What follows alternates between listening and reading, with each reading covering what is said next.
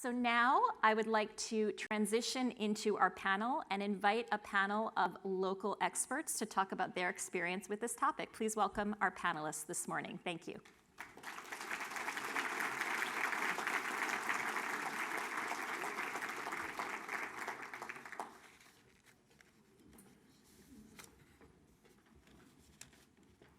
So the trends and survey that I mentioned will be the basis of our discussion. Before we get into these hard-hitting questions, I'd like to ask each of our panelists to introduce themselves, and we'll start with Catherine. Thank you very much. Hi, everybody. Catherine Smith. I'm the Commissioner of Economic and Community Development. Clearly not a millennial. And a very proud baby boomer. We thought we ran the world, and I guess we're wrong, in the future at least. I have been working for the governor for the last 4 years, but before that I had a career in both at Aetna and ING in the insurance industry with a variety of careers of different jobs and many different responsibilities along the way. So I'm delighted to be with you today, and thank you, Lindsey, for leading us. Morning, everyone. McLaughlin, Senior Vice President at Webster Bank in our Commercial Middle Market Group, and I'm also the Chair of HYPE, Hartford Young Professionals and Entrepreneurs. Good morning. My name is Marty Gervasi. I lead human resources at the Hartford. I've been with the Hartford 5 years, and prior to that spent 20 years with GE, mostly all in human resources.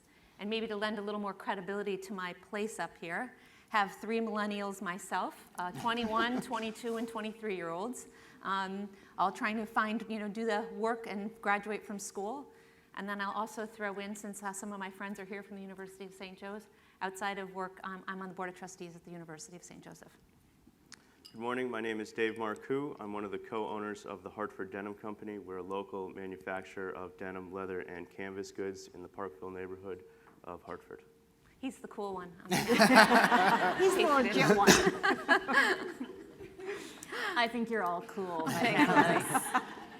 So let's get started. The Hartford's Millennial Leadership Survey, as I mentioned, found that young people feel like leaders and want to continue to lead. So we can't talk about young leaders in Hartford without talking about HYPE, Hartford Young Professionals and Entrepreneurs. So Adam, as the president of HYPE, I want to start with you. You were a HYPE member first.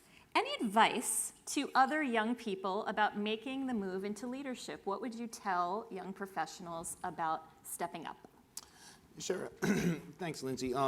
So in terms of stepping up, what we kind of tell our members is we look around the room right now. We've got 200 business people in the room. This is a fantastic opportunity for our members to come out here and work with our partnership at the Alliance and just get to know each other, get to know the senior leaders in your organization, within the community, and trying to get that exposure out there. It's something that we find, we find a lot of young professionals that are a little bit more timid, they're a little bit more nervous, and stay in their cubicles or their offices, and we try and say, hey, raise your hand, get out there. From an internal perspective, we think it's important to volunteer for special projects, take on a task, get yourself that exposure to both from an internal perspective and again, inside the community. At HYPE, we've got 4,300 members. We put on 70 events throughout the year. So we're an enormous organization at this point, and we have a lot of businesses that are trying to engage us in terms of, hey, how can we get our members more involved? There's a need in the business community, a want in the business community to get our members involved. And it needs to be reciprocated from our members to say, hey, here's your opportunity. We encourage them to go out in the marketplace, go out in the community and be engaged in the life. We give them opportunities for both personal growth and professional development, as well as try and empower them and equip them to be ambassadors for the region because they're our biggest advocates here. Terrific. So you're the P of HYPE, the professional. We also have the E of HYPE, the entrepreneur represented. Dave, you have started and led a business. Can you weigh in from your perspective on what millennials can do to build their leadership skills? Sure. As a millennial, I guess, or as a leader, it's always important to stay focused on the goals of the organization and of your personal, and to sort of never give up, even though when things may seem extremely challenging or that it's not going to work out. We've been in business for about 5 years now, and we're just starting to turn the corner and really become successful. So it's about persistence and patience, I think. Terrific. So let's talk about attraction and retention of talent. I work with companies across a wide variety of industries, and some I think are doing better at this than others. So let's dive into Connecticut. And Catherine, I'll turn to you. As we found in the survey, some of the industries that drive the Connecticut economy are struggling to attract and retain young people. So what is the state doing to support those companies in that attraction and retention? Sure. You know, we have, as a state, taken a look at, we did some analytics to look at what are the most promising industries here in the state that we think can be leaders, not just today, but in the future, and what are some of the emerging areas that might have the greatest opportunity for growth here in the state, building upon the strengths of the state, our university system, and some of the other great assets we have here. And we've identified really 5 critical areas. And some of those are on the lower end of the list. Insurance and financial services is sort of mid to low, but is actually very exciting in certain areas like venture capital and financial services, hedge funds, and lots of areas where there's a tremendous amount of growth. And having been through an insurance company, while I think when people hear the word insurance, they may not recognize the value, there is enormous potential because insurance companies, particularly the ones here in Connecticut, are really about talent development. They are incredibly strong at building talent within their ranks. Manufacturing is on our list. That is also a low bar for many people. They feel like, wow, I don't know if I want to work in a greasy place. Manufacturing is completely different. It is truly technology, and if people want a career in technology, which was number 2 on your list, it's really worth looking at manufacturing because it is now driven by technology.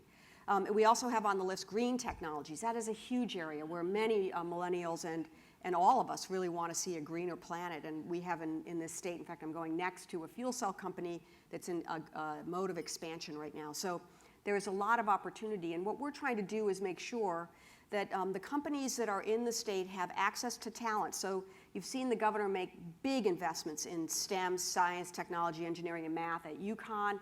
A number of our technical schools, our community colleges, as well as, of course, the private sector is making tremendous advances in these areas as well. If we have a pipeline of great talent, we're going to have those people be able to fill the roles in these sectors that I just mentioned.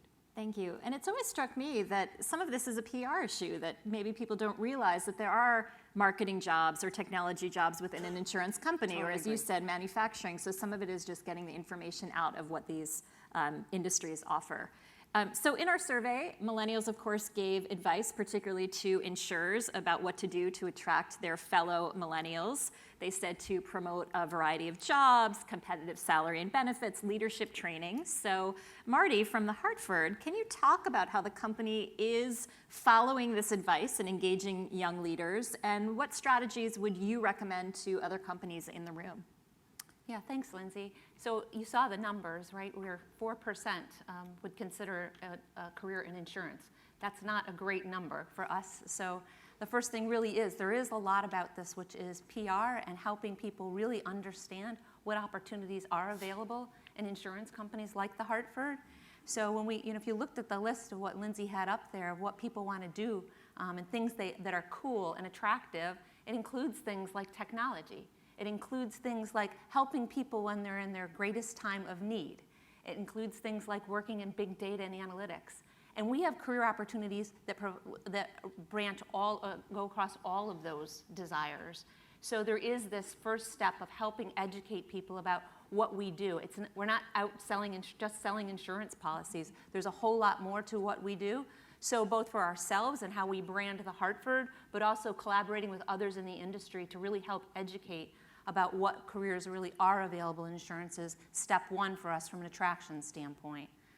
Step 2 for us, I think, both for attraction and retention, the other thing you heard was people do want to work at a place where the work environment is good, the benefits are good. So really talking about that and helping people understand what we do have available for people, those traditional benefits like 401ks and health care, but also going beyond that with things like wellness programs and fitness and the opportunity to serve in your community and flexibility. Those are all things that we really try to highlight. And frankly, when we can actually get people in the door at the Hartford, we're more than halfway there because we get the opportunity for them to engage with colleagues, to see what a great working environment we have.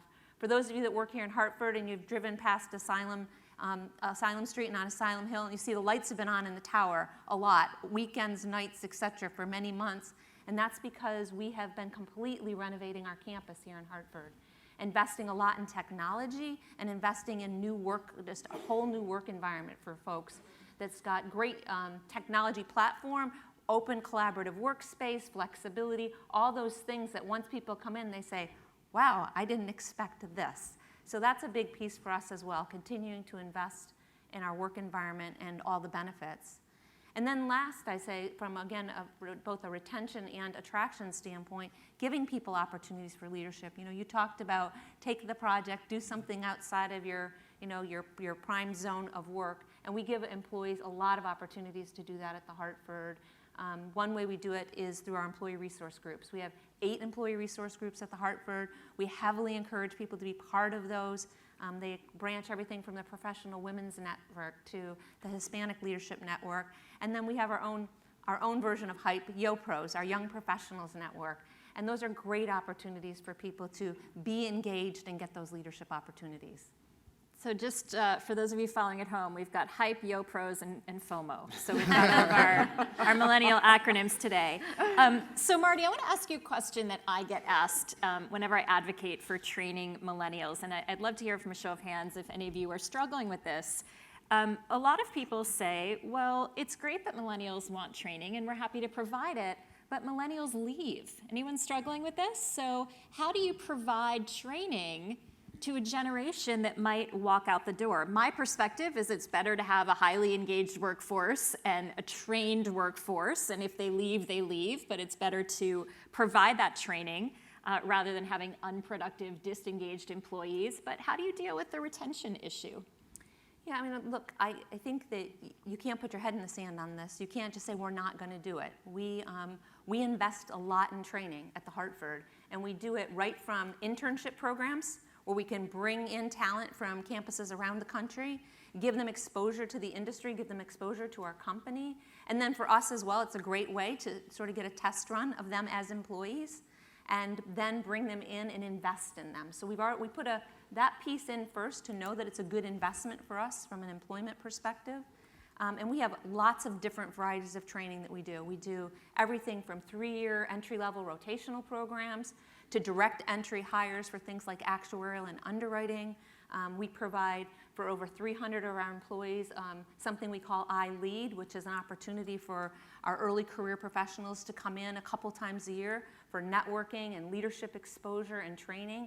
And these are all big investments. There's no doubt about that. And there is certainly the issue with people that may decide to leave. So it's really incumbent upon us to really do 2 things. One is understand at that point when people are most vulnerable to leave, which is typically in that 3 to 5 year out of college time frame, right? You see a lot of heads shaking. Making sure that, and I say this to employees all the time, especially our new hires, when you get to that point, before you decide to leave, talk to us. Because the thing you think you're going to be leaving for, we may be able to provide. So if you think I want to leave Hartford and go to work in Boston, talk to us. We have an office in Boston. If you think you want to leave because you want more flexibility and you want to work remotely, talk to us. 35% of the Hartford's employees work remotely from their homes. So it's incumbent upon us to do what we can to keep people hooked in and retained. But the flip side is reality. We will still lose people. So the other thing we're working hard to do is build our alumni program. I do think there's real value in that, having alumni programs, staying in touch with people who leave. Because, as Lindsey said, people are looking to build experiences. And they may find an experience with you early in their career and maybe want to go to try something different. But then guess what? That's probably going to make them a better employee if you can then loop them back in after they've had an opportunity outside your company. So those are some suggestions of things we're doing. Great, and just to reiterate the alumni point, I was reading an article about the top workplace trends in 2016, and boomeranging, going back to a company that you've worked for in the past, was one of the top trends, so I think that's right on point. Adam, I want to put the same question to you. Can you talk a little bit from your perspective about leadership training and retention? Yeah, I think I agree with both Lindsey, you and Marty here in terms of I'm a believer in you need to invest in the young professionals and in anybody within your workplace. I think I read a study that, you mentioned job hoppers in the survey. Millennials are averaging, they might take 15 jobs throughout the career. The nature of having somebody sit at a shop or in an office for doing the same job for the next 30 years, it's not going to happen anymore. It's just the nature of the beast. It's a changing dynamic. So, and I don't think it's necessarily exclusive to young professionals. I think every employee wants to feel valued, wants to feel, that they're important to the company. And so that reinvestment into your employee base is important. And yes, you're going to run the risk that they might leave, and it's unfortunate. But if you don't give them that opportunity, that training, that investment, or provide them that value, it's a certainty that they're going to leave and go find something what they consider better. So I encourage employers, yes, to continually invest in your employees. I think that's the most important retention thing that you can do. Give them those opportunities to maybe explore other things within the company, and don't just necessarily rest on your laurels, if you will, to say, okay, he's doing a really good job or she's doing a great job here and she's going to be happy because we're paying her nice. Employees, we want more. That's the bottom line. Lindsey, can I jump in here? 'Cause, Please. in my career, I had this opportunity. I mean, just the last 10 years before I came to work for the state, I worked at ING. I had 8 jobs in 10 years, really different jobs. And it makes a huge difference to your willingness to stay with a company when you're being rotated around, where you're getting new experiences. So that on-the-job experience really is training. And I think we sometimes think of training as you got to sit in a room and do, quizzes after the meeting and whatnot. No, training can also be really experiential, and I think actually that's the deepest and most long-lasting training that employees can get. Terrific. And Adam, I just want to ask a follow-up too. Sure. I'd love for you to reflect on this disconnect between millennials saying they want leadership training, but they don't feel they need communications training. I saw a lot of nodding heads on millennials needing communications training. So how do you feel about that disconnect? As a senior leader, should you be helping employees learn how to better communicate? It's interesting. I'm like you. I'm a Generation Yer, so I'm not necessarily in the millennial camp. But we all grew up. I'm on social media. Every Facebook, LinkedIn, Twitter, you name it, we're doing it, and it's a great avenue for folks to stay connected. You've expanded our network far more than what we would have known 20 years ago, right? But the problem with that is, I think the art of face-to-face communication, or even just picking up the telephone and talking to people, is dwindling. So I'm a believer, in a sales role, I'm a believer in, hey, get out in front of somebody or pick up the phone and talk to somebody versus sending an email. That personal connection, reading body language, it goes so much further than what you can see in an email, things can get misconstrued. And as a younger professional that I do use all the social media, use electronic means to communicate, and you find yourself falling into the lull of, I don't have enough time to pick up the phone and do that. So the investment of communication, it does need to be reiterated, because we do just take it for granted, I believe. And I think as the younger generation continues to flow through, it's only going to get worse. I mean, the LOLs, where we find people talking shorter and using emojicons instead of having an actual conversation, right? So the more that we can kind of, that you don't want to necessarily say educate per se, because you don't want to slight anyone, but I think that constant refreshment is a needed thing. Yeah, the Oxford English Dictionary, as some of you might have seen, came out this week with their word of the year. The word of the year this year, for the first time ever, is not actually a word. It's the crying, smiling, laughing, crying emoji. So that's certainly apropos. But that comes, to another piece of the research that we found. The Hartford does a lot of research on how millennials want to be communicated with about their benefits. And millennials told us, don't assume that I want to do everything by email or online. I do want people to talk to me. I do want face-to-face communication. So I think it's also a reminder that we can't assume that one generation only wants to communicate online or another generation only wants to communicate face-to-face. I think we all crave the different kind of communications, but need some education sometimes on how to do that. Let's turn now to the topic of work-life balance, which is something that everybody deals with in their lives. Catherine, I want to turn to you. Can Connecticut capture more young leaders by marketing itself as a place for work-life balance, for flexibility? I actually think it's one of Connecticut's greatest strengths is that we have an incredible quality of life here. And if you look at, just the array of producing and production theaters, if you look at our museums, if you look at the downtowns of our smaller cities, you can find great places to live, you can find great places to bring up kids, you have a great educational system. There is a lot in Connecticut that makes us a very special place to live, but still be within very close proximity to some of the bigger urban areas that people want to be able to get to pretty easily. So it is actually a very big part of location, if you will, for why Connecticut is a great place for businesses, and then of course for their employees as well. And it's something that we spend a lot of time in DECD thinking about, trying to make sure that the communities are vibrant. Here in Hartford is a great example. We mentioned Mike Freemuth did earlier. He runs the Capital Region Development Authority. Together, the Capital Regional Development Authority and some developers here, with some help from the Department of Housing, have added 1,000 new units in downtown Hartford. These are mostly pretty small apartments that are built for students that might come with the UConn new campus downtown, St. Joe's new campus downtown.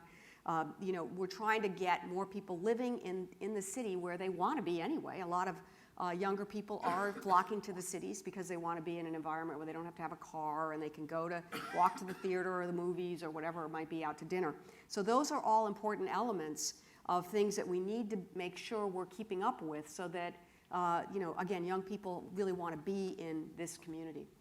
So we heard from Marty a little bit about flexibility in a large corporation. How many of you today are small business owners?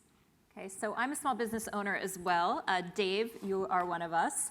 Do you think small businesses can provide more work-life balance or less? I hear a lot of different opinions. I'd love you to weigh in on the work-life balance issue in a small business. It's almost both.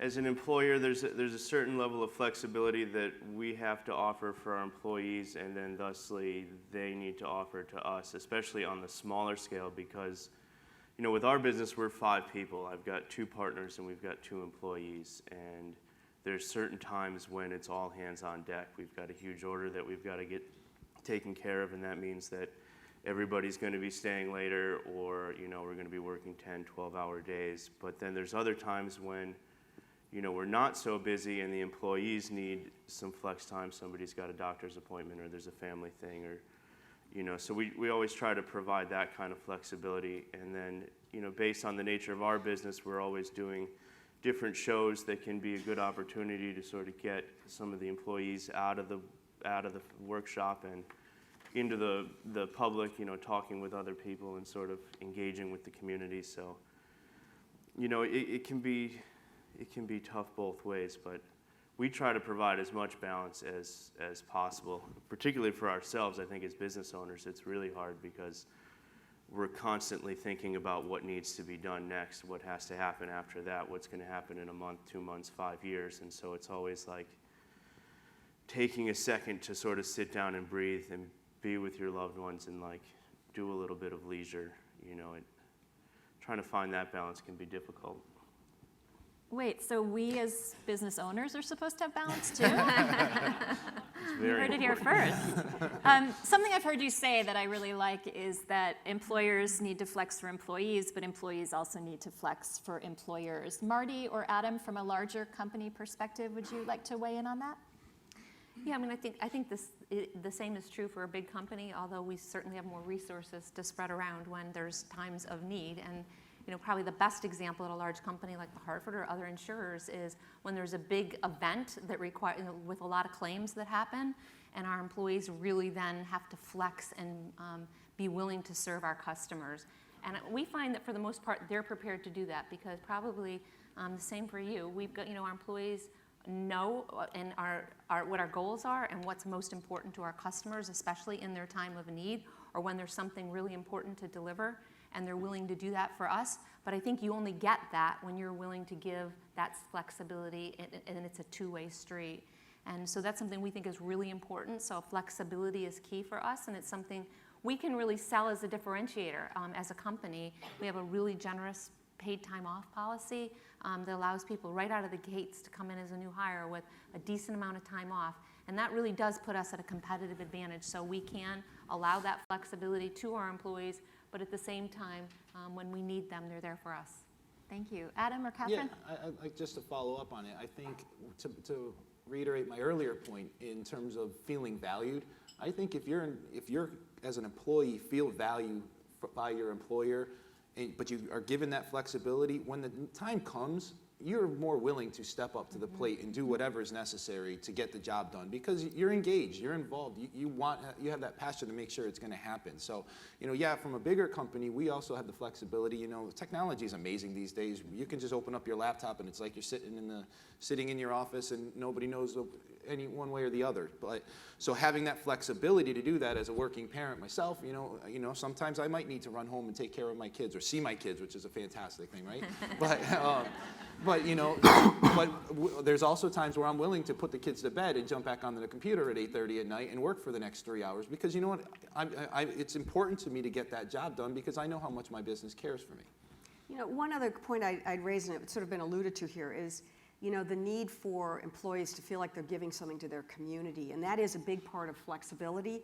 And I remember at ING when we surveyed our employees, we found that was right up there next to pay as being one of the most important things for them. So giving people the time to go out and support the organizations in the community they want to is extremely important and can really be a driver of employee engagement and employee satisfaction. So, and I think particularly in this generation, we've seen here in Hartford, for example, in the last couple of years, the starting up of social benefit companies. This is a whole new category of companies that are local entrepreneurs who want to do something that's not just entrepreneurial, but something that's really good for the environment or for the community in one way or another. So I think it's a great example and something that's really we're seeing in these younger generations is really that desire to give something back to the community. So make it available to people. It will really help.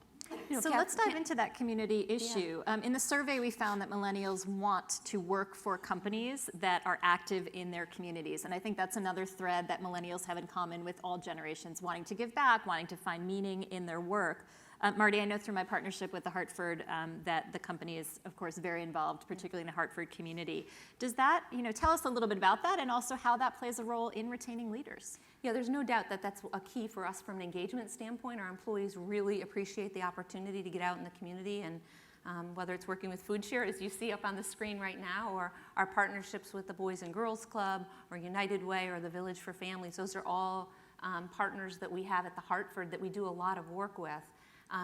It is very meaningful. I know, I'll speak for myself as I'm an employee too, and the fact that I have time to devote to the University of St. Joseph for my volunteer work, that's important to me, and I appreciate that my employer gives me the time to do that.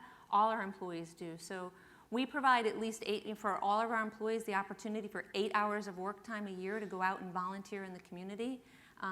We do a big day of service every year in September to really get thousands of our employees out.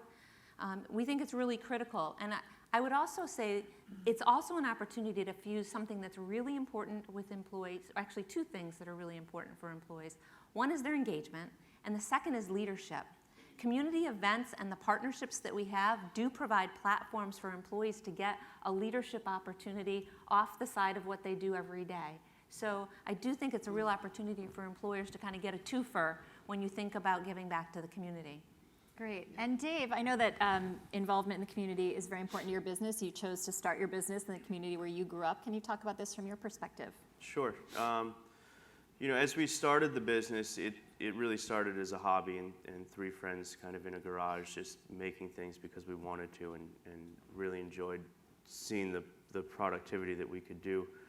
But as we started making things, we realized that there was a much greater, much bigger picture here, that not really many things were made in this country anymore. And so that became, an immediate focus that we had a greater responsibility than just making pants and belts and bags and things like that, but also to sort of bring back a community that was lost of manufacturing.